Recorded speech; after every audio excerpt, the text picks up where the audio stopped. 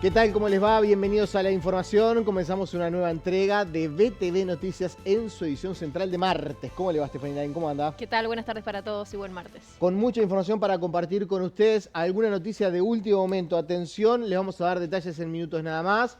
Mañana paro total de transporte. No se alcanzó un acuerdo en la negociación por el adeudo de parte del salario del mes de junio a los trabajadores de la empresa Copsa, y tal como se había anunciado, si esas negociaciones no llegaban a que directamente se pagara, que apareciera la plata, iba a haber paro de transporte mañana miércoles. En minuto nada más le damos todos los detalles. Además hay mucha información para compartir con ustedes. Ahora recibimos a Fiorella Rodríguez, que nos va a adelantar algo del segmento deportivo. Es que, Fío. discúlpeme sobre el segmento deportivo, anida una esperanza a nivel de la selección femenina y es la embajadora de esa esperanza, Fiorella Rodríguez, como defensora y desde siempre difusora de la actividad del fútbol femenino. ¿Cómo le va? ¿Cómo está, Nico? Estefi, gracias por la presentación. Por supuesto que sí, la esperanza siempre está. Brasil es un rival de mucho fuste y mucha categoría, el más ganador de este torneo. Y además Uruguay tiene 3 bajas muy importantes: Pamela González, la Colo Tregarten y Laurita Felipe, que no van a estar por suspensión. Así que vamos a ver cómo arma Ariel Longo ese equipo para hoy a las 21, Uruguay-Brasil por la semifinal de la Copa América Femenina. Hay mucho para hablar también de cuándo se va a jugar el clásico, de altas y bajas en los equipos, pero ya nos vamos a ir a la Asociación Uruguaya de Fútbol, porque así hay una reunión justamente de los clubes con el ejecutivo de AUF por el pliego de la licitación de los derechos de televisación, y está como siempre Emiliano Salomón, nuestro compañero, que nos va a traer todos los detalles de esa misiva. Emi, adelante, bienvenido. ¿Cómo anda, Fío? Muy buenas tardes, saludos para todos. Antes de arrancar con esa reunión entre el Ejecutivo y los clubes por el tema de licitación, te digo que hace un ratito se fueron integrantes de la seguridad de Nacional y que en este momento dentro de la asociación están también los integrantes o encargados integrantes de la seguridad de Peñarol. Hay que ver si hay alguna fecha ya establecida para el tema clásico, pero estas reuniones nos dan a entender que ya se está avanzando en el protocolo que se va a utilizar en el clásico en la fecha 2 del clausura. Volvemos al primer tema. Reunión entre el Ejecutivo y casi los mismos clubes de aquella reunión que se llevó a cabo hace aproximadamente una semana. Es la continuación de la misma entre Ignacio Alonso y el Ejecutivo y parte de los clubes. Me falta confirmar si está Nacional dentro de la asociación, pero está confirmado que está Peñarol, que está Danubio, que está Defensor, Montevideo Wanderers, Cerro Largo. Tema licitación, intervenir en la elaboración de los pliegos. Quizás hoy se hable del piso que se pretende imponer para esta licitación por los derechos del fútbol uruguayo y también la elaboración de esas comisiones técnicas que van a trabajar en dicha licitación. Vamos a estar aguardando acá en la Asociación Uruguaya de Fútbol que culmine la reunión y que los integrantes de las mismas nos cuenten en qué se avanzó. Perfecto, Emi, volvemos contigo más adelante entonces para ampliar esta información. Volvemos nosotros también más adelante con otras novedades del deporte. Gracias, Fío. Actualizamos el estado del tiempo, una jornada bastante agradable hoy, ¿no? Así Fresca, es. pero agradable. Stephanie, Nicolás, Profe. un saludo a todo el país y a todo el mundo. Sí, una jornada muy estable en todo el territorio, temperaturas en el norte 18 grados, acá a esta hora estamos con 12, pero sol. Lo que sí debo de señalar, las nieblas que han llegado a las costas del departamento de Montevideo y parte de Maldonado y Canelones. Nieblas que se dan por aporte de aire más húmedo, más cargado de vapor de agua, que al llegar a la costa, una superficie más fría, se condensa y forman estas nieblas. Esto va a persistir durante varios días, por lo menos hasta el viernes. Y algo que le va a gustar a Nicolás y a Stephanie es lo siguiente.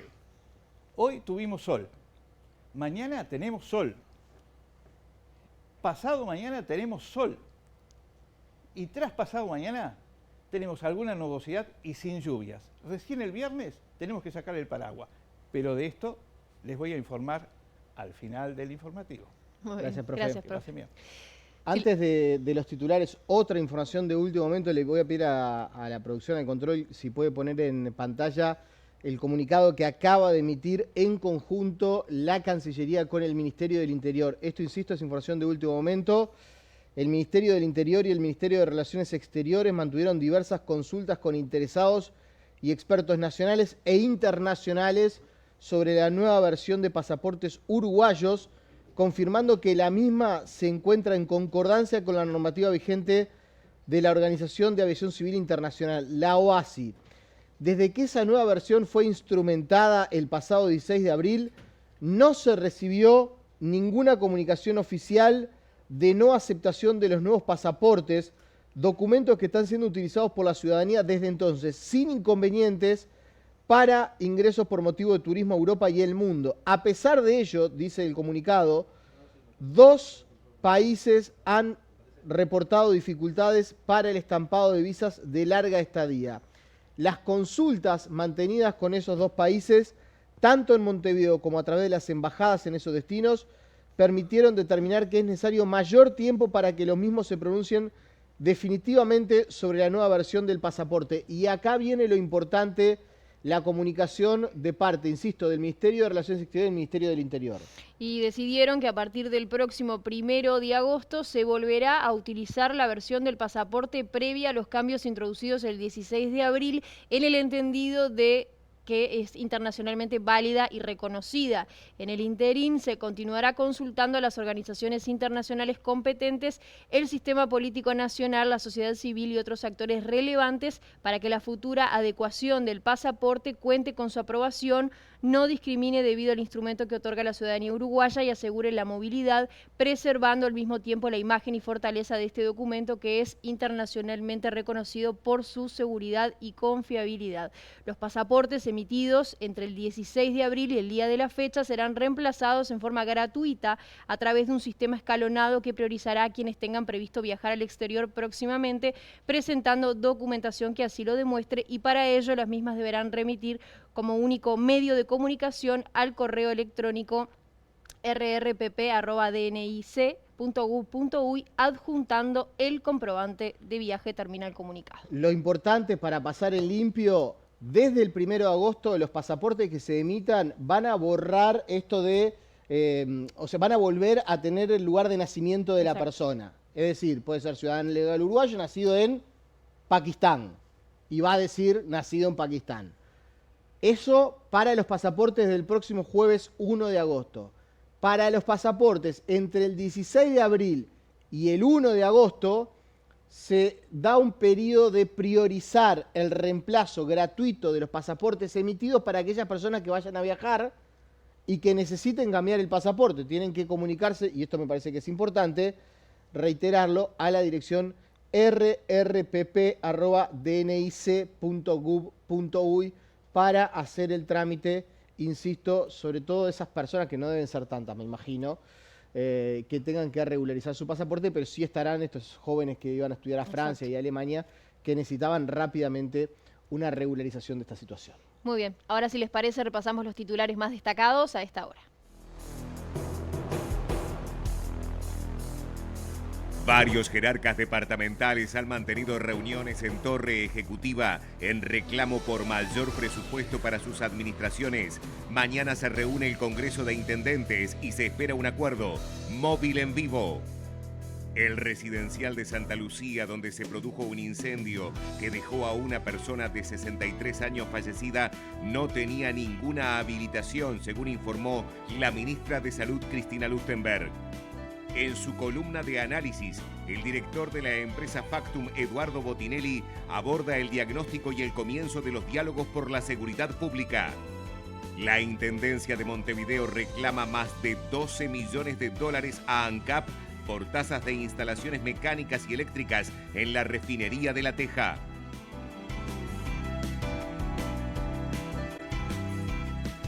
Hacer contacto con él. Otros temas que también vinculan a la Presidencia de la República, pero en esta oportunidad algo que hablábamos ayer aquí en nuestro noticiero con Pablo Abdala, diputado por la oposición, por el Partido Nacional. El prosecretario de Presidencia, Jorge Díaz, defendió en el ámbito parlamentario el nuevo sistema de coordinación de organismos estatales que luchan contra el crimen organizado y el narcotráfico. Jorge Díaz dijo que con el decreto del Poder Ejecutivo se busca volver a cumplir con la normativa internacional en la materia.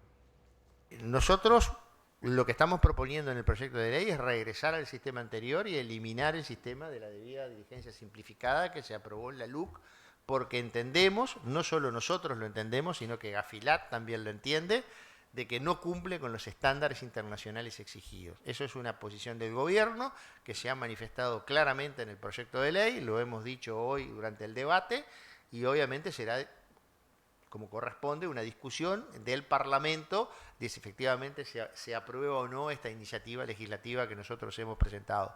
Pero estamos convencidos que para cumplir con el estándar internacional y para poder efectivamente desarrollar una actividad de debida diligencia, necesariamente tenemos que eliminar la debida diligencia simplificada, porque eso concentra toda la actividad en los bancos. Bueno, y vamos a seguir trabajando, siempre dialogando. Es más, en el marco de las inspecciones que se están desarrollando por parte de la Senaclaf, hoy lo explicaba la contadora Libonati, nosotros hemos tenido como norte no el control duro y rígido del cumplimiento formal, o sea, del checklist, dice se cumplió con el formulario A, B o C, sino que efectivamente ese control no solamente es un control formal, sino un control sustancial.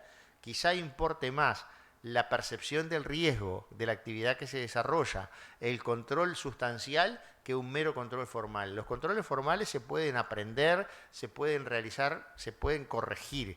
Es decir, no hay una finalidad de multa per se en la actuación como supervisión de la Senaclaf, sino una función de efectivamente los controles se realicen bien y que sean eficientes. Y la oposición destacó la comparecencia del prosecretario Jorge Díaz porque entienden que se mostró abierto a hacer modificaciones al nuevo sistema. De todos modos, los legisladores creen que la mejor forma de reforzar los controles es a través de una ley y no de decretos. Nosotros obtuvimos lo que vinimos a buscar, que es un sinceramiento con relación a una decisión del Poder Ejecutivo que consideramos desacertada en cuanto a la creación de ese sistema interinstitucional, a los efectos del combate al narcotráfico y al lavado de activos y al crimen organizado, porque entendemos que es un ámbito que va mucho más allá de la mera coordinación y del mero intercambio de información. Creemos que persigue objetivos más ambiciosos.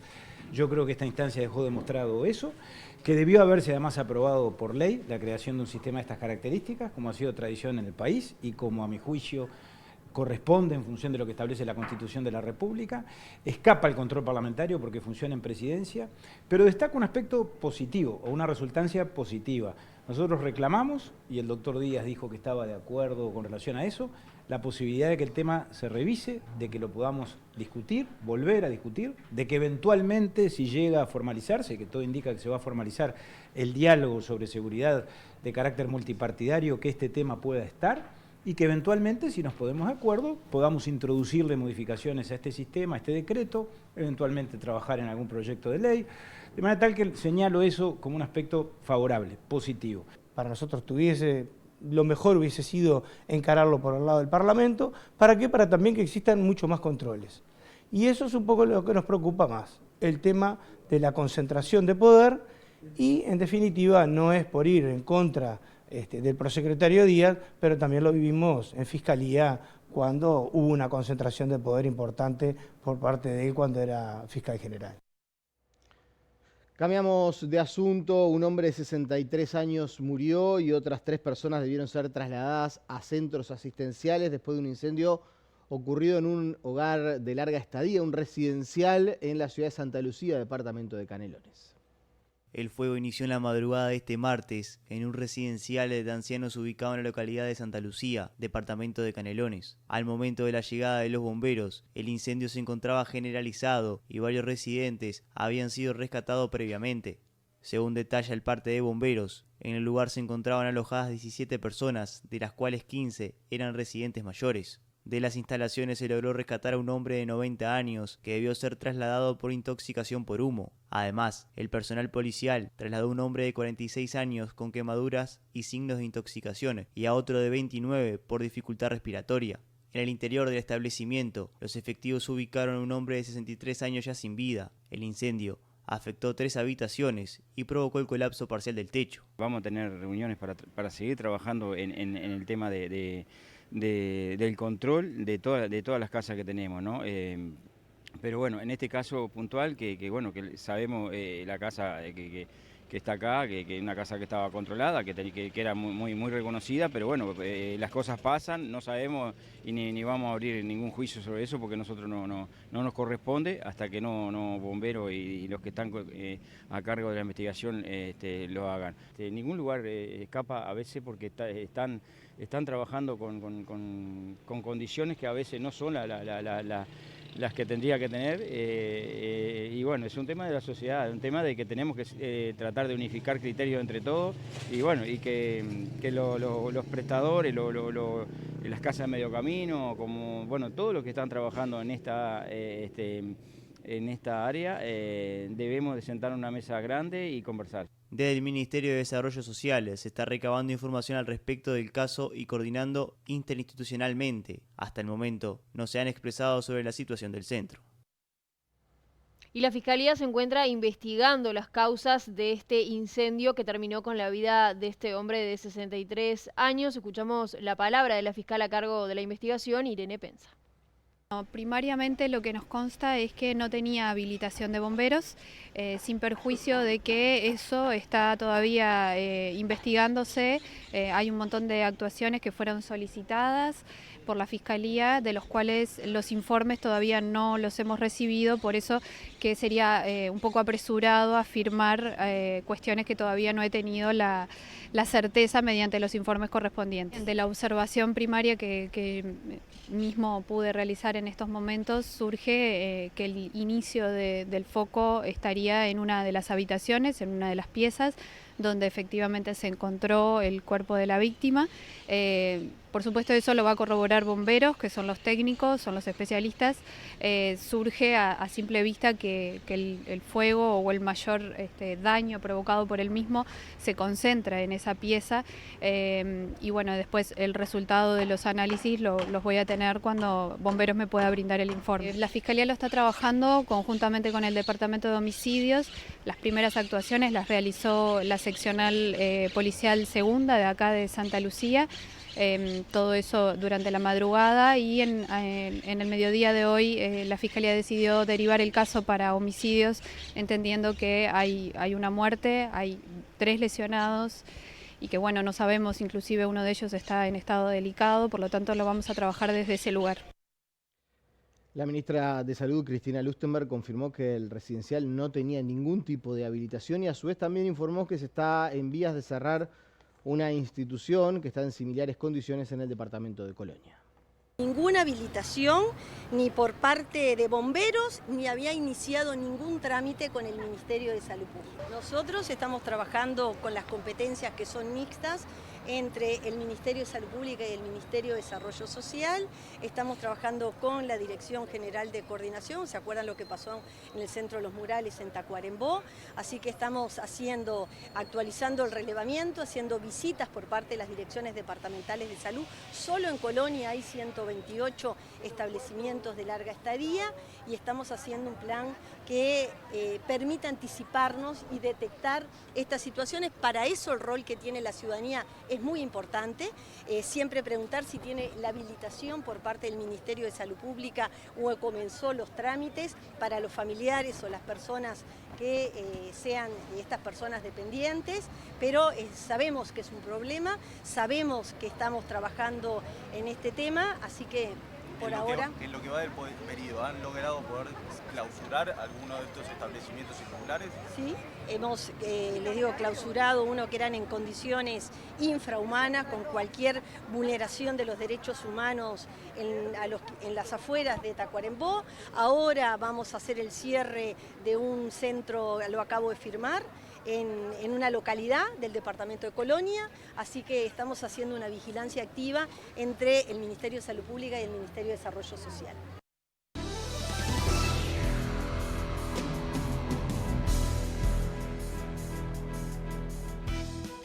Bueno, vamos a establecer un contacto con nuestro habitual compañero Deli Leonel Vera, que se encuentra nada más ni nada menos que en Israel. Está allí en Tel Aviv, si por lo menos no se fue en estas últimas horas. Deli, te recibimos. ¿Cómo estás, Deli? Bienvenido. Buenas noches por ahí, ¿no? ¿Qué tal? Buenas noches, ¿Qué hora Nico, es? Steffi. Son la 1 de la madrugada. La 1 de la madrugada. 1 de la madrugada. Y un minuto. Buen Está sillón. bastante agradable a esta hora. Sí, está bastante agradable. Entre 27 y 30 grados la temperatura a esta hora. Bueno, decirles que hace un ratito llegamos de cenar y es una situación muy particular. Estábamos con otros colegas uruguayos y en determinado momento sonó la alarma. Un misil lanzado desde el Yemen por los rebeldes hutíes, bueno, y hacia Israel, que fue interceptado por la Fuerza Aérea Israelí.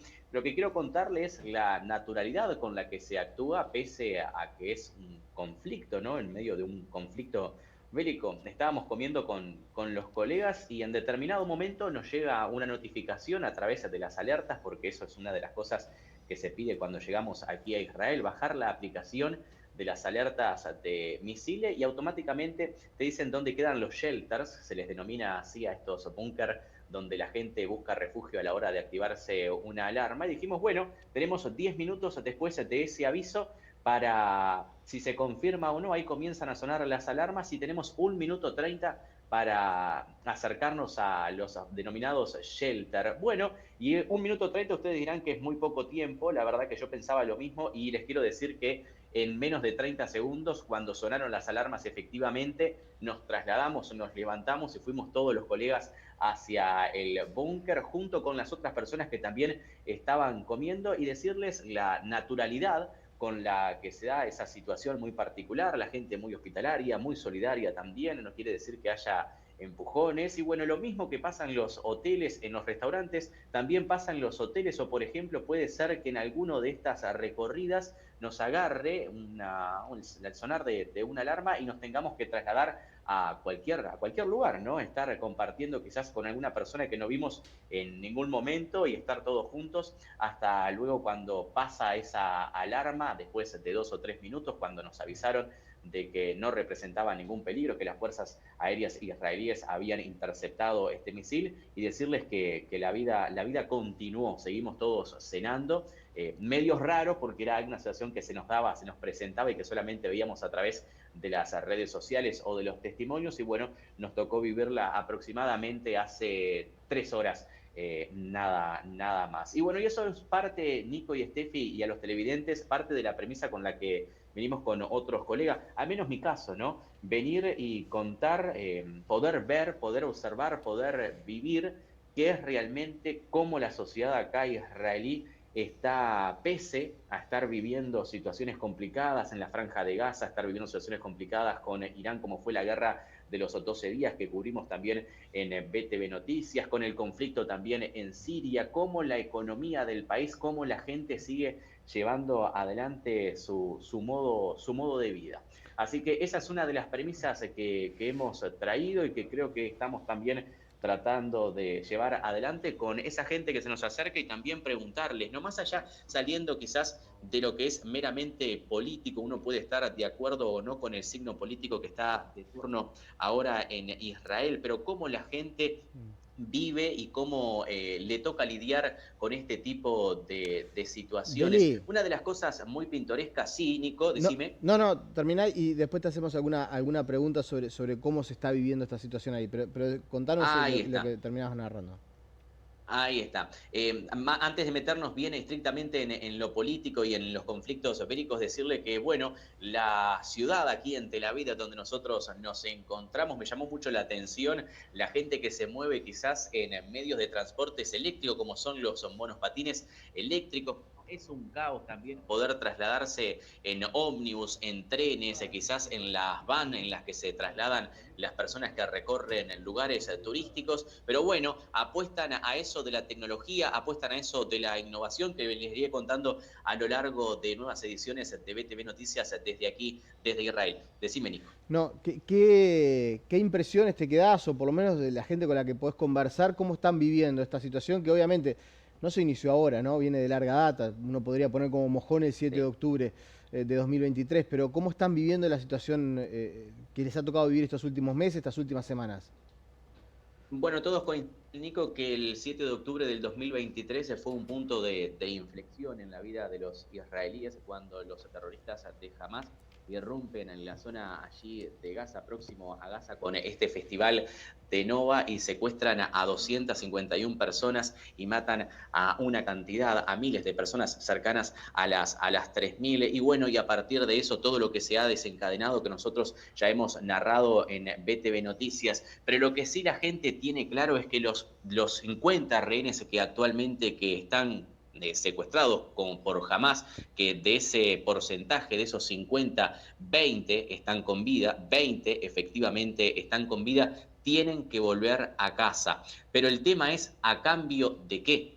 ¿A cambio de qué? ¿Cómo son las negociaciones? Hoy las negociaciones están truncas, están en foca cero, como quien dice. Pero a eso se le ha sumado, Nico y Steffi, la presión internacional de las últimas horas, la presión de Reino Unido, que dijo en esta jornada que si en septiembre no hay un alto al fuego en la franja de Gaza, el Reino Unido va a reconocer al Estado de Palestina, a Palestina como un Estado. A eso también se le suma la declaración del presidente Emmanuel Macron hace algunos días nada más, diciendo que va a reconocer al Estado de Palestina. Hoy habló el presidente de Estados Unidos, Donald Trump, que ha sido fundamental en estas negociaciones y como han sido truncas, como no han llegado a buen puerto, decidió abandonarlas. Se refirió a la situación en Gaza. Hoy el tema de la situación de Gaza acapara los medios internacionales con el tema de la hambruna masiva que está en la franja de Gaza. También otros organismos internacionales que se basan en documentos, que se basan en partes. Bueno, la ONU sacó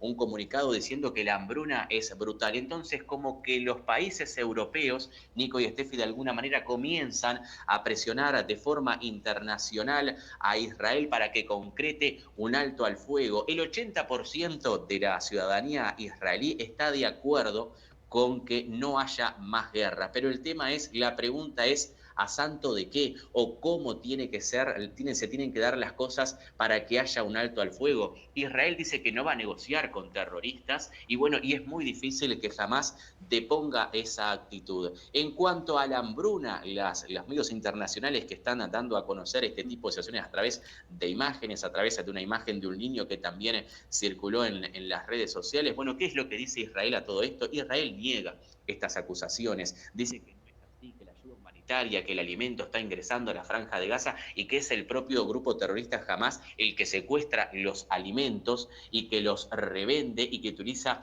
a su población civil como escudo de alguna manera. Decirte que también hoy nosotros hablamos con un señor que tiene dos hijos que fueron secuestrados el 7 de octubre, Nico, y que uno volvió a su casa y otro se encuentra secuestrado. En el mes de febrero le dijeron que está dentro de los 20 que hoy están con vida. Desde febrero hasta ahora no han recibido información alguna sobre si efectivamente las 20 personas que les dijeron en febrero están con vida hoy en día. Y yo le pregunté cuál era el estado de ánimo y qué es lo que falta para terminar con este conflicto, ¿no? Con que se acabe la guerra y los rehenes que están vivos y los cuerpos de aquellos que fallecieron regresen aquí al Estado de Israel, y dice que esto es meramente político. Hay cierto descontento porque ellos entienden que esta guerra tendría que haber terminado a las 2 semanas. Nosotros hemos recorrido ONG aquí, hemos recorrido distintos lugares que funcionan sin fines de lucro, que no tienen apoyo del gobierno, que también es una parte para salir de lo que es quizás la contaminación, si se quiere, de alguna manera. Entonces nos dicen que estas organizaciones, estas ONG, fueron formadas para trabajar durante 2 semanas. Ellos tenían entendido que en 2 semanas este conflicto se terminaba. Este conflicto va para 2 años y aún no parece como verse una salida concreta. Y a todo eso también se le suma el tema de Irán. Sí, Estefi. Quería consultarte cómo ves la percepción de la población israelí con el conflicto y si hay un temor de que esto se reanude, que sea más agudo el conflicto. ¿Qué es lo que ustedes pudieron sondear con la población israelí? ¿Cómo se sienten al respecto? Bueno, el 80%, como les decía, el 80% está de acuerdo con este tipo de operaciones. No quiere decir que el 80% en sí esté de acuerdo con la gestión de Netanyahu, pero sí un porcentaje elevado está de acuerdo con estas incursiones que está llevando adelante Israel en este tipo de operaciones. Pero también decirles que también están de acuerdo con lo que sucede.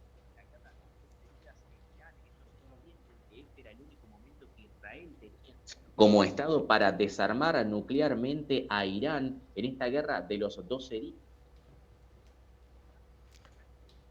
Deli, estamos con algún problema con la recepción del audio, se nos perdió el volumen, pero estaba bastante claro todo lo que nos venías contando, Deli, de allí de Tel Aviv, y obviamente en los próximos días vamos a seguir en contacto con nuestro compañero que está allí en Israel. Ya es bien tarde en la madrugada, pasada la 1 de la mañana, pero es importante que nos brinde la actualización de cómo se está viviendo estas horas allí en tierras israelíes. Así que el abrazo grande para Deli, y seguramente en los próximos días volveremos a tomar contacto. Gracias, Deli.